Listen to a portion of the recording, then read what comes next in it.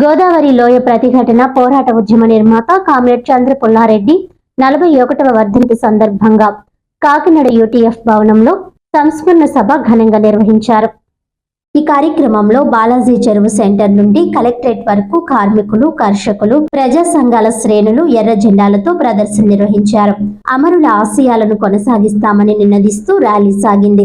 ఈ సందర్భంగా వీరాంజనేయులు మాట్లాడుతూ నేటి పాలక వర్గం కార్పొరేట్లకు దేశ సంపదను అప్పగిస్తోందని, నిరుద్యోగం, అధిక ధరలు, పన్నుల భారంతో ప్రజలు తీవ్ర ఇబ్బందులు పడుతున్నారని అన్నారు. ఆపరేషన్ ఖగర్ పేరిట ఉద్యమకారులు ఆదివాసులపై హత్యలు జరుగుతున్నాయంటూ ఆక్షేపించారు.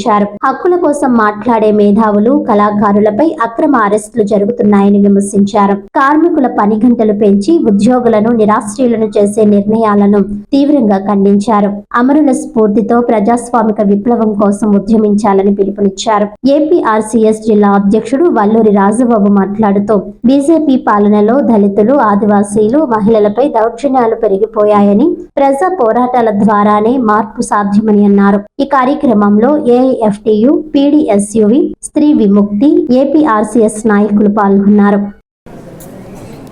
ఆంధ్రప్రదేశ్ రైతు కూలీ సంఘం రాష్ట్ర ప్రధాన కార్యదర్శి కర్ణాకుల వీరాంజనేయులు మాట్లాడుతున్నాను.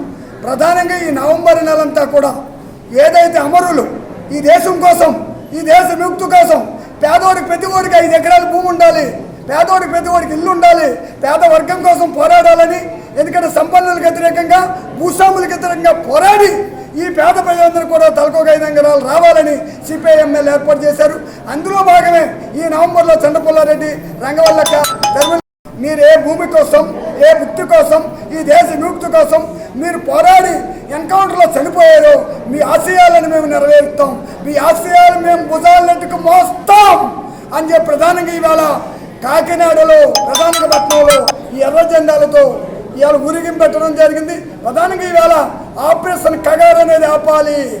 అడవిలో ఆదివాసీలను చంపుతున్నారు, గిరిజనులు చంపుతున్నారు. నువ్వు ఎక్కడో కాశ్మీర్లో దాడి జరిగిన వాళ్ళతో చర్చలు జరుపుతున్నావు. ఇవాళ ఆ పార్టీతో కూడా చర్చలు జరిపి శాంతియుతంగా పేదలపై దాడులు ఆపాలి, పూటకపు ఎన్కౌంటర్లు ఆపాలి అనేది ప్రధాన ఉద్దేశం ఇవాళ ఈ అమరవీరుల సభ. అందుకే మేము ప్రధానంగా ఈ అమరవీరుల సభ ఎందుకు ఎంచుకున్నామంటే కొన్ని వేల మంది తల్లిని వదిలేసి, తండ్రులను వదిలేసి భూమి కోసం, ముక్తి కోసం, ఈ దేశ విముక్తి కోసం వారు ప్రాణ త్యాగాలు చేశారు. మీ త్యాగాలు వృధా కానివ్వని ఇలా కాకినాడ ప్రధానంగా సభా ఊరేగింపు లక్ష్యం. గోదావరి లోయ ప్రతిఘటన ఉద్యమ నిర్మాత కామ్రేడ్ చంద్ర పుల్లారెడ్డి 41వ వర్ధంతిని పురస్కరించుకుని ఆంధ్రప్రదేశ్ రైతు కూలీ సంఘం, అఖిల భారత కార్మిక సంఘాల సమాఖ్య, ప్రగతిశీల మహిళా సంఘం, స్త్రీ విముక్తి, పీడీఎస్, విజృంభణ ప్రజా సంఘాల ఆధ్వర్యంలో ఈ జిల్లాలో పెద్ద ఎత్తున అమరవీరుల సంస్మరణ సభలను నిర్వహించడం జరుగుతుంది. అందులో భాగంగా మరి జిల్లా కేంద్రమైనటువంటి కాకినాడ సిటీలో ఈ యూటీఎఫ్ బిల్డింగ్లో అమరవీరుల సంస్మరణ సభను నిర్వహించుకోవడం జరిగింది.